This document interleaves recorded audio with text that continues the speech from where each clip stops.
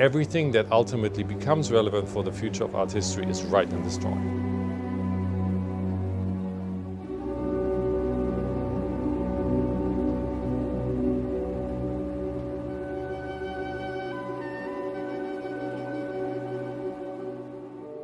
The drawing was made at the very final stages of creating Raphael's last masterpiece, the Transfiguration, a huge 4 meters tall painting now in the Vatican.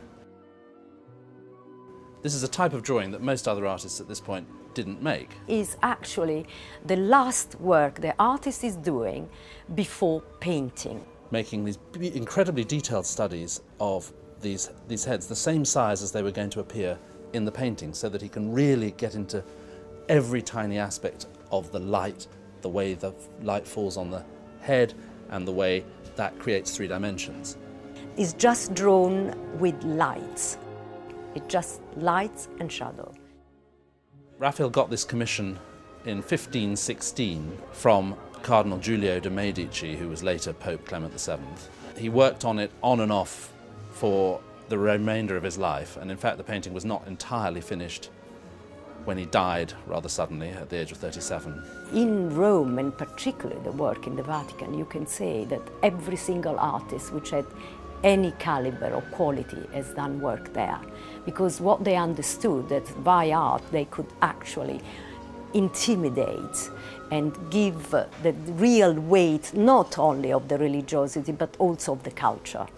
Artistically and politically, Rome was quite an exciting place. The great upheavals politically ended up with the sack of Rome in 1527. It's such a trying century for an artist, because as a parallel he's got both Leonardo and Michelangelo, which are very obviously difficult in a way to surpass. They were working in many cases very closely alongside each other, particularly in the Vatican. Raphael was the youngest of the 3, and in some ways the brilliant upstart. Michelangelo obviously felt rather threatened by Raphael's genius. But what Raphael does, and it's very interesting, he does pick up what he needs from this artist, and then he produces his own language. The drawing was bought by William Cavendish, the 2nd Duke of Devonshire. We believe he actually bought the drawing in 1720 at a sale of property that had come from the collection of the late Earl of Arundel, who was one of 17th century England's greatest patrons and collectors. In the auction context, this is really the most intensely moving, powerful and wonderful drawing that we've ever had. Because you see a timeless, unbelievable monument of artistic creativity. We are looking at a final evolution in Raphael work. This has the human immediacy, and it has the intensity of a great Warhol or of a great Bacon.